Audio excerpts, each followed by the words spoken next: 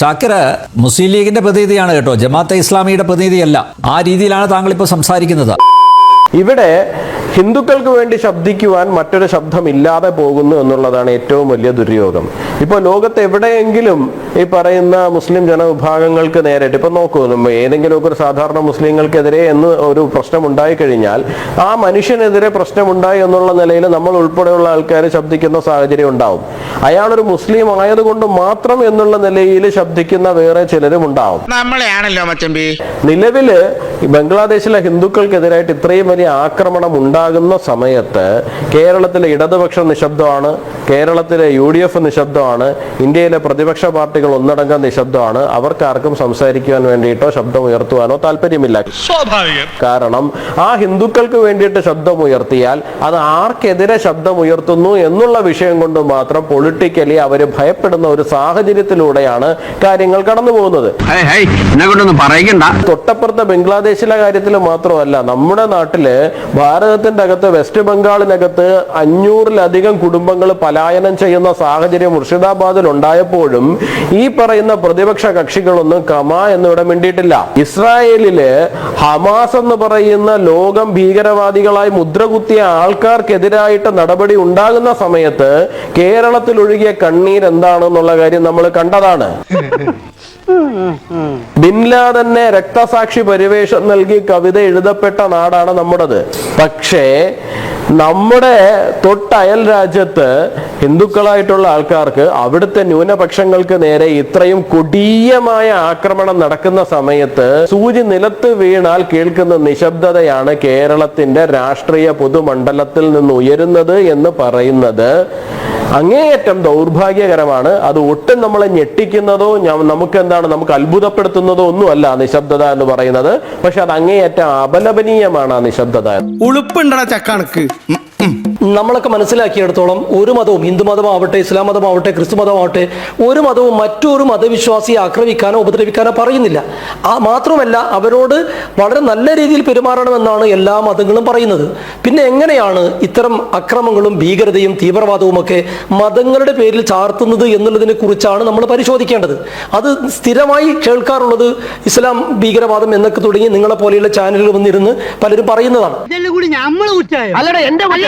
ഇപ്പൊ നിങ്ങൾ 3 പേര് കൊല്ലപ്പെട്ടതാണ് ചർച്ച ചെയ്യുന്നത്. ഞാൻ ആവർത്തിച്ച് പറയുന്നു, ആ 3 പേര് കൊല്ലപ്പെട്ടതും നമുക്ക് വേദന ഉണ്ടാക്കുന്ന സാഹചര്യമാണ്. അത് ഏത് മതവിശ്വാസിയാണെങ്കിലും. പക്ഷേ ഏതാണ്ട് ദിവസങ്ങൾക്ക് മുമ്പ് ഉത്തർപ്രദേശിലെ സംബാലിൽ ഷാഹി മസ്ജിദിലേക്ക് സമാധാനപരമായി അതിന്റെ സംരക്ഷണത്തിനായി ജനാധിപത്യ രീതിയിൽ മാർച്ച് നടത്തിയ, പ്രതിഷേധം നടത്തിയ 5 മുസ്ലിം ചെറുപ്പക്കാരെ യോഗി ആദിത്യനാഥിന്റെ പോലീസ് നിഷ്ഠൂരമായി വെടിവെച്ച് കൊന്നത് ഈ ജനം TV ചർച്ച ചെയ്തിരുന്നോ? അത് ഓർക്കുമ്പോഴാണ് നമുക്ക് സങ്കടം. ജനാധിപത്യപരമായ രീതിയിലാണോ എന്ന് പ്രതിഷേധിച്ചത്? നിയമം കയ്യിലെടുത്തില്ലേ? കല്ലേറുണ്ടായി, വണ്ടികൾ കത്തിച്ചു, എല്ലാം നടന്നു. അത് കാരണമാണ് വെടിവെപ്പ് ഉണ്ടായത്. വെറുതെ വെടിവെപ്പില്ല ചെയ്യില്ലായിരുന്നു. എനിക്കത് മനസ്സിലാക്കി. ഇപ്പൊ പറയണ്ട നാഷണൽ ക്രൈം റെക്കോർഡ് ബ്യൂറോ അല്ലേ, അവിടുന്നാണല്ലോ ഡാറ്റ വരേണ്ടത്, എത്ര പേര് കൊല്ലപ്പെട്ടു ഒരു കൊല്ലം. അതിലെവിടെയെങ്കിലും എഴുതി വെച്ചിട്ടുണ്ടോ സംഭലനാണ്, അല്ലെങ്കിൽ ഹിന്ദുക്കളാണ്, അല്ലെങ്കിൽ RSSകാരാണ് കൊന്നതെന്ന് എവിടെയെങ്കിലും എഴുതി വെച്ചിട്ടുണ്ടോ നാഷണൽ ക്രൈം? ഇന്നുവരെ ഞാൻ കണ്ടിട്ടില്ല. ഇദ്ദേഹം പറയുണ്ടായിരുന്നു ഏറ്റവും കൂടുതൽ കൊല്ലപ്പെട്ട മുസ്ലിംസ് ആണ്. ആ ഡാറ്റ എവിടുന്ന് കിട്ടി?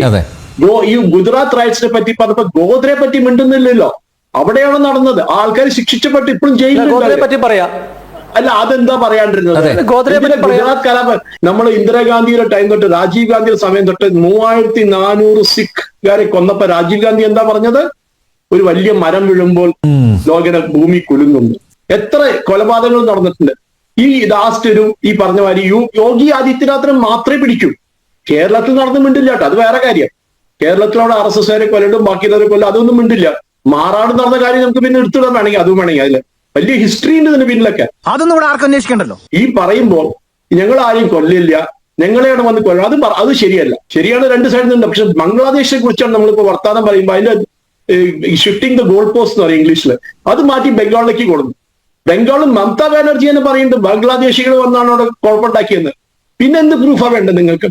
എന്നിട്ട് പറഞ്ഞു ബജ്രംഗ് ദളുകാർ മോട്ടോർ സൈക്കിൾ വന്നു. അത് രാജസ്ഥാനിലെ ഒരു പിക്ചറായിരുന്നു, രാജസ്ഥാനിലെ ഒരു ഫോട്ടോ ആയിരുന്നു അത്. ഇതാണ് ഞാൻ, നിങ്ങളൊരു കൊലപാതകം നടക്കുമ്പോൾ, ഒരു റയറ്റ്സ് നടക്കുമ്പോൾ ഗാസയെ പറ്റി എത്ര വലിയ കാര്യങ്ങൾ പറയുന്നു. എവിടെയോ കിടക്കുന്ന ഒരു ഗാസയെ പറ്റി, save Gaza, save Rafah, save Hindus in Bangladesh എന്ന് ഇന്ന് ഒരു മുസ്ലിം ലീഗിന്റെ നേതാവ് ഒരു പോസ്റ്റ് പിടിച്ച് നിന്നുണ്ടോ? ഒരു ട്വീറ്റ് ചെയ്തിട്ടുണ്ടോ? ഞാൻ ആകെ കണ്ടെങ്കിൽ ഇന്നത്തെ ട്വീറ്റ് ജയറാം രമേശിന്റെ അടുത്തായിരുന്നു. അത് വലിയൊരു ട്വീറ്റ്, ഒന്നും അങ്ങോട്ടും ഇങ്ങോട്ടും തൊടാണ്ടൊന്നും പറയാണ്ട്. ഇതാണ് ഇവർക്ക് പേടി. നമുക്ക് ഈ അറിയാം. എന്നിട്ടാണ് ഇവർ മതേതരത്വത്തെ കുറിച്ച് സംസാരിക്കുന്നത്. മതേതരത്തിന്റെ ഡെഫിനേഷൻ ആരെങ്കിലും എനിക്ക് ഇത് പറഞ്ഞുതരാൻ മാനിയിലെ? ഈ ഡെഫിനേഷൻ വന്നിരിക്കുന്നത് ചർച്ച് ഓഫ് ഇംഗ്ലണ്ട് എന്നാണ്. ഹൗസ് ഓഫ് ലോർഡ്സിലെ പള്ളിയും പോളിറ്റിക്സും തമ്മിൽ കണക്ഷൻ ഉണ്ടാവാൻ പാടില്ല എന്നാണ് സെക്യുലറിസത്തിന്റെ ഡെഫിനേഷൻ. പക്ഷെ ഇന്ത്യയിലെ ഡെഫിനേഷൻ എന്താ സെക്യുലറിസം? ഹിന്ദു എന്തെങ്കിലും പറഞ്ഞാൽ കമ്മ്യൂണൽ ആവും, ഹിന്ദുക്കൾ ബാക്കിയുള്ള നേരെ ആളുകൾ എന്തെങ്കിലും പറഞ്ഞാൽ അത് കമ്മ്യൂണൽ, അത് സെക്യുലർ അല്ല.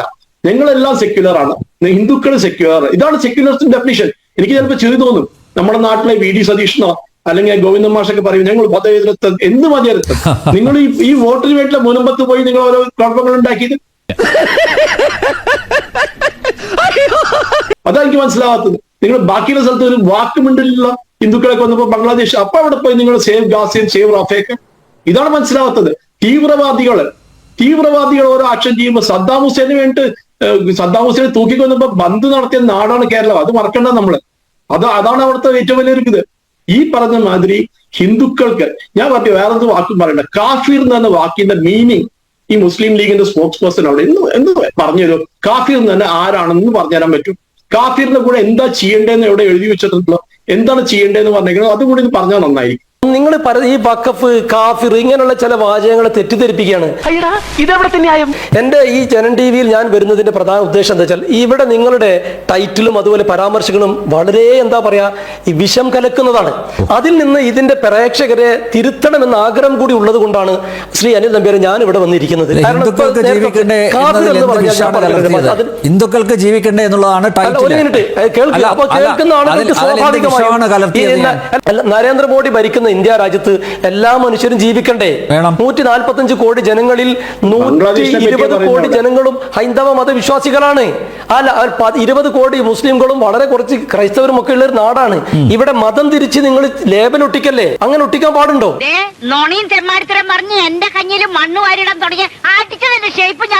അദ്ദേഹം പറഞ്ഞൊരു കാഫിർ എന്ന് പറഞ്ഞാൽ തെറ്റിദ്ധരിക്കേണ്ട. മതത്തിൽ വിശ്വസിക്കാത്തവനാണ് കാഫിർ. അതായത് ഇസ്ലാം വിശ്വസിക്കാത്തവൻ കഫറ അല്ല അതിന്റെ അറബി അതിന്റെ കൃത്യമായ കഫറ എന്ന വാക്കിൽ നിന്നാണ് അത് വന്നിട്ടുള്ളത്. നിഷേധിച്ചു എന്നാണ്. അതായത് മതത്തിൽ വിശ്വസിക്കാത്തവൻ എന്നേ അതിനർത്ഥമുള്ളൂ. അതിനെയാണ് നിങ്ങൾ ദുർവ്യാഖ്യാനം ചെയ്ത് തെറ്റിദ്ധരിപ്പിക്കുന്നത്. CPM കൂടി അതായത് നമ്മൾ അതിന്റെ മലയാള അർത്ഥം നിഷേധി അല്ലെങ്കിൽ നിഷേധിച്ചവൻ എന്നാണ്. അതായത് ആ മതത്തിൽ പെടാത്തവൻ. അതൊരു തെറ്റായ മോശമായ പദമല്ല. നിങ്ങൾക്ക് ഡിക്ഷണറി ഇല്ലേ? അറബിക് ഡിക്ഷണറിയിൽ ഒന്ന് അടിച്ചു നോക്കൂ എന്താണ് കാഫിർ എന്നുള്ളത്. വിഗ്രഹാരാധന നടത്തുന്നത് കാഫിറാവോ? അല്ല, ഞാന് ആ രീതിയിലുള്ള ഒരു ചർച്ചയിലേക്ക് ഈ വന്ന ആളല്ല ഞാൻ. അതായത് നമ്മൾ ഒരു മതപരമായി വിഷയം കൈകാര്യം ചെയ്യാനുള്ള പാണ്ഡിത്യം അല്ലല്ല, ഞാൻ ആ ബുദ്ധിമുട്ടിലേക്ക് തള്ളിവിടുന്നില്ല. താങ്കളുടെ ബുദ്ധിമുട്ട് എനിക്ക് മനസ്സിലാവുന്നു. വളരെ ബുദ്ധിമുട്ടല്ലാതെ ഞാൻ നിങ്ങൾ അങ്ങനെ ഒരു വിഷയം തന്നിട്ട് അല്ല. ഒരു മിനിറ്റ് ഗോകുലെ, നിങ്ങൾ എവിടെന്നെങ്കിലും ഗൂഗിളിൽ നിന്ന് എന്തെങ്കിലും സെർച്ച് ചെയ്തിട്ട് അതിന് ഉത്തരം പറയാൻ ഇപ്പൊ നമുക്ക് കഴിയില്ല. മാത്രമല്ല ഇത് റെക്കോർഡാണ്. നിന്റെ പൊന്നും മക്കൾക്ക് ഒന്നും അറിഞ്ഞൂടല്ലേ?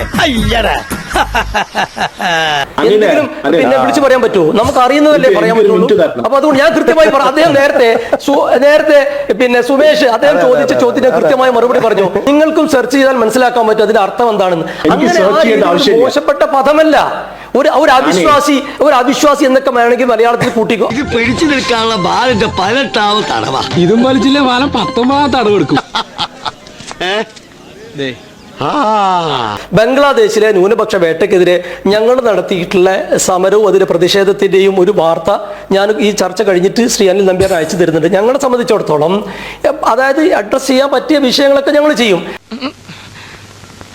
ഞങ്ങൾ ഗൗരി ലങ്കേഷ് മരിച്ചപ്പോൾ ഞാൻ ബാംഗ്ലൂരിൽ പോയിട്ട് തൊട്ടടുത്ത ദിവസം ഈ പിന്നെ ആര്യൻ മിശ്ര എന്ന് പറയുന്ന ഹരിയാനയിലെ ഫരീദാബാദിലെ ബ്രാഹ്മണ യുവാവ് പശുഭീകരാൽ കൊല്ലപ്പെട്ടപ്പോൾ തൊട്ടടുത്ത ദിവസം ആ ഫരീദാബാദിലെ അവിടെ പോയി അദ്ദേഹത്തിന്റെ അമ്മ ഉമാ മിശ്രയെ നേരിട്ട് പോയി കണ്ടിട്ടുണ്ട്. ഞാനും അഡ്വക്കേറ്റ് ഷിബു മേരാൻ ഉൾപ്പെടെ ഒത്തിരി നേതാക്കന്മാരും.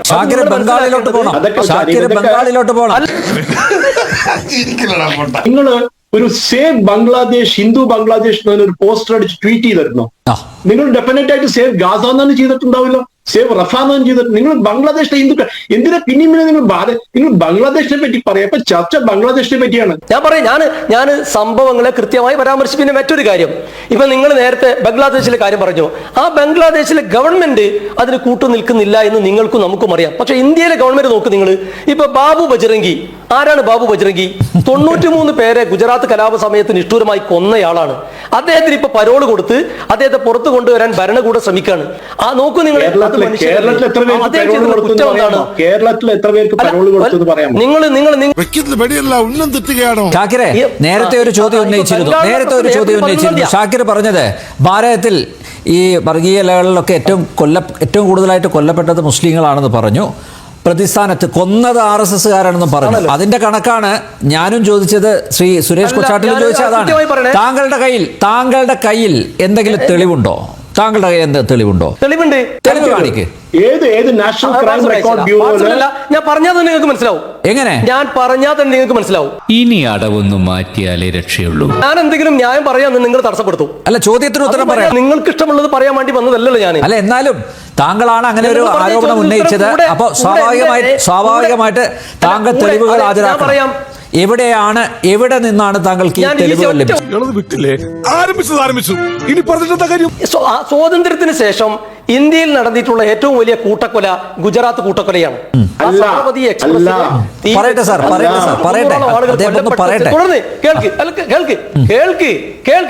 അതാണ് നിങ്ങൾക്ക് ഇഷ്ടാവില്ല. നിങ്ങൾക്ക് ഞാനിത് പറയുന്ന ഇഷ്ടം, ഇത് എല്ലാവർക്കും അറിയുന്നല്ലേ. അതിലെ പ്രതികൾ ആരാണ്? ഞാൻ പറഞ്ഞല്ലോ, അതിൽ ഭരണകൂടത്തിന് അതിൽ പങ്കുണ്ട് എന്ന് ആരോപിക്കപ്പെട്ടു. അതിൽ ഇടപെട്ട സഞ്ജീവ് ഭട്ടിന് ഉൾപ്പെടെ ഇപ്പോ ജയിലിൽ അടിച്ചിരിക്കുകയാണ്. ആ ബാബു ബജ്രംഗി പുറത്താണ്. 93 ആളെ കൊന്ന് ബാബു ബജ്രംഗിയെ പുറത്ത് പരോളിൽ കൊടുത്തു. ചോദ്യത്തിന് ഉത്തരമായില്ല. നിങ്ങൾക്ക് എന്താ തെളിവ് കൂടുതൽ വേണോ? ചോദ്യത്തിന് ഉത്തരമായില്ല. ഇനി ഞാൻ നേരത്തെ പറഞ്ഞൊരു കാര്യമുണ്ട്. 82 പേര് ഒരു ദിവസം കൊല്ലപ്പെടുന്നു ഇന്ത്യ രാജ്യത്ത്. 29,000 പേര് കഴിഞ്ഞ വർഷം കൊല്ലപ്പെട്ടു. ഈ 29,000 പേരെ എല്ലാം RSS കൊന്നു എന്നല്ല ഞാൻ പറയുന്നത്. അങ്ങനെയല്ല, അത് കൊല്ലപ്പെടാൻ സാഹചര്യം ഞാൻ നേരത്തെ പറഞ്ഞില്ല. പക്ഷേ മതപരമായി മതവിശ്വാസികളായി എന്നുള്ളതിന്റെ പേരിൽ മാത്രം നിരപരാധികളായിട്ടുള്ള 100 കണക്കിന് ഇസ്ലാം മതവിശ്വാസികളെ ഈ സംഘപരിവാരം കൂടി കൊന്നിട്ടുണ്ട്. യാഥാർത്ഥ്യമല്ലേ? നിങ്ങൾ അഖിലാഖിനെ കൊന്നു, ജുനൈദിനെ കൊന്നു, ഇപ്പൊ ഷായി മസ്ജിദ് 5 പേരെ കൊന്നു. ഈ ബംഗാളിൽ 2 സഹോദരങ്ങളും ഒരു ഇസ്ലാം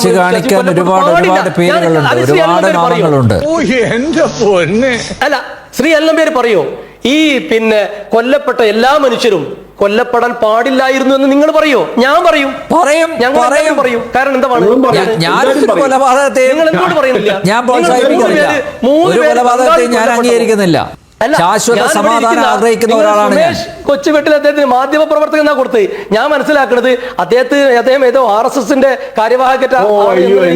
ഇതാണ് നിങ്ങളുടെ പ്രശ്നം. നിങ്ങൾ ISS